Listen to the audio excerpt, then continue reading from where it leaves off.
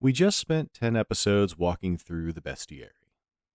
Phishing, social engineering, malware, ransomware, 0 days, supply chain attacks, insider threats, and web application exploits.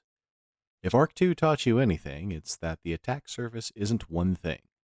It's not a single door to lock.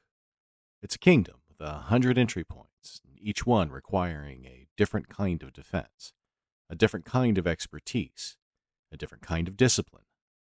Before we meet the people who stand against it, we need a map, because cybersecurity is not necessarily just a single discipline.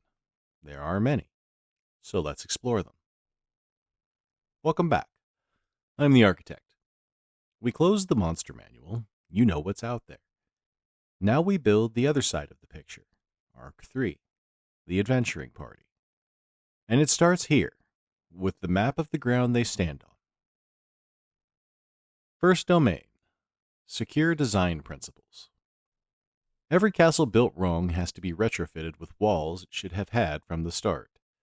Secure design is the discipline of building security in from the beginning, not bolted on after or patched in after a breach. Built in.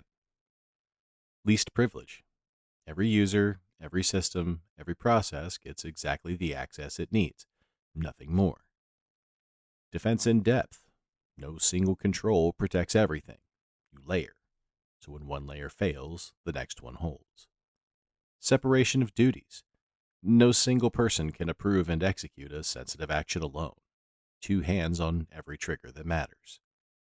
These aren't rules for one type of system. They're principles that apply across everything. The architectural foundation, the first domain. The one that makes everything else cost less. Second domain, governance, risk, and compliance. The law of the land. Governance is how the organization decides what matters. Policies, standards, accountability structures. Risk is how it decides what to protect first. Likelihood times impact. Risk appetite. Triage. We covered the mechanics of this in ARC 1. GRC is the domain that turns those mechanics into a running program. Compliance is how the organization proves it. GDPR, HIPAA, PCI DSS, SOC 2, ISO 27001, NIST. Regulatory requirements, frameworks, audits. GRC holds all of it together.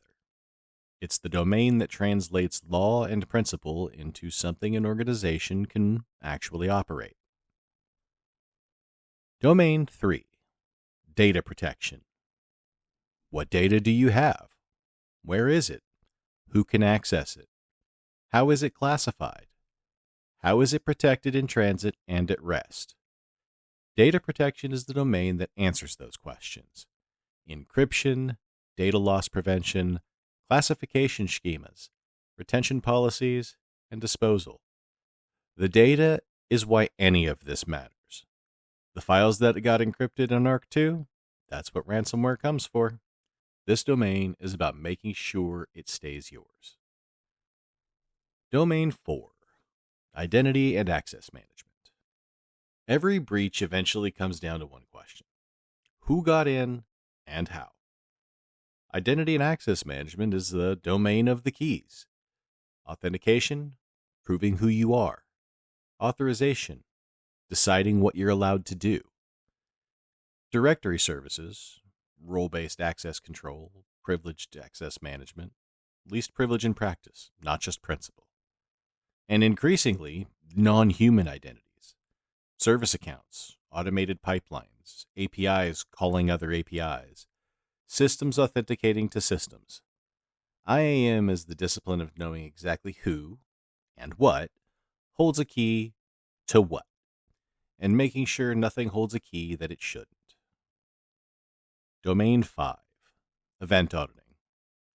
If it happened on the network, it left a record, or it should have. Event auditing is the discipline of making sure that it did. Logging, log management, security information and event management, your SIM. Log retention, log integrity, Every login, every file access, every configuration change, every failed authentication attempt. The breadcrumbs that tell you what happened after something goes wrong, and the evidence that proves what didn't happen when someone claims it did. You cannot investigate what you didn't record. You cannot detect what you didn't log, and you can't prove what you didn't capture. Logs are not an afterthought. They are the memory of the kingdom. Domain 6. System security. The machines themselves, physical or virtual, every server, every workstation, every piece of infrastructure ships with a default configuration. Default configurations are built for ease of setup, not security.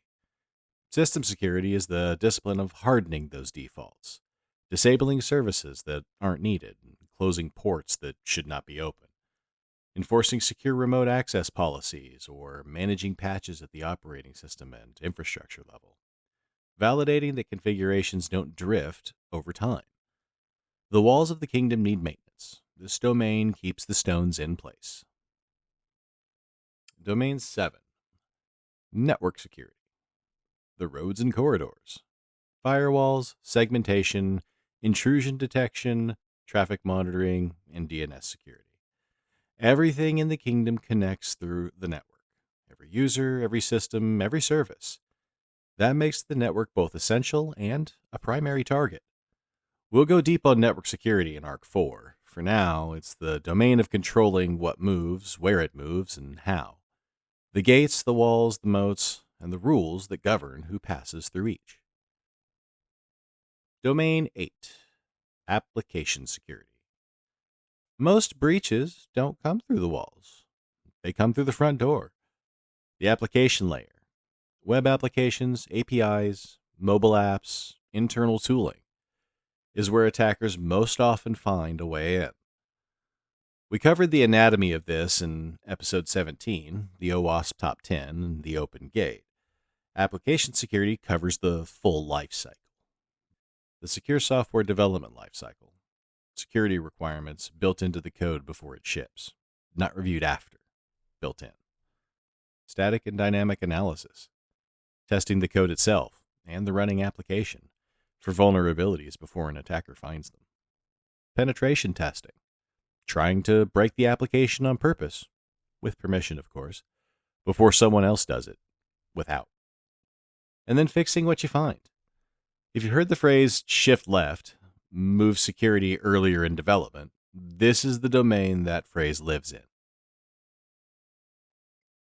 Domain 9. AI security and governance. This is the newest domain on the map, and the fastest growing. AI is now embedded in products, in workflows, in decision-making processes. Your customer service chatbot, your fraud detection system, your code assistant. And with it comes a whole new attack surface. Prompt injection, manipulating an AI system through carefully crafted input to make it do something that it shouldn't. Model poisoning, corrupting the training data to corrupt the output at scale. Data privacy. What does your AI actually see, store, and what's its surface, and to who? What gets logged? What gets used for retraining? And governance. Who in your organization is authorized to use AI, and for what purpose? What's approved? What's shadow AI that your security team doesn't know about? Most organizations haven't answered these questions yet. Most organizations don't have a means to answer these questions yet. The ones that don't will answer them after an incident. That's the harder way. Domain 10. Secrets management. API keys, certificates, passwords, connection strings, tokens. The credentials that systems use to talk to each other. Secrets management used to live mostly inside application security. Then infrastructure as code arrived. Now secrets live in configuration files, in deployment pipelines, in cloud templates, in container definitions, and hopefully never in the actual code. They get committed to version control by accident, left in log files, or forgotten in storage buckets. The domain of secrets management is about making sure every secret is stored securely, rotated on a schedule, and never hard-coded anywhere it can be found. It's closely related to application security, but it's grown large enough and spread far enough outside of the application layer that it's kind of earned its own place on the map. You may have noticed something missing from this list. There's no security operations domain, no incident response domain, no threat intelligence domain. It's not an oversight. Those are functions, not domains.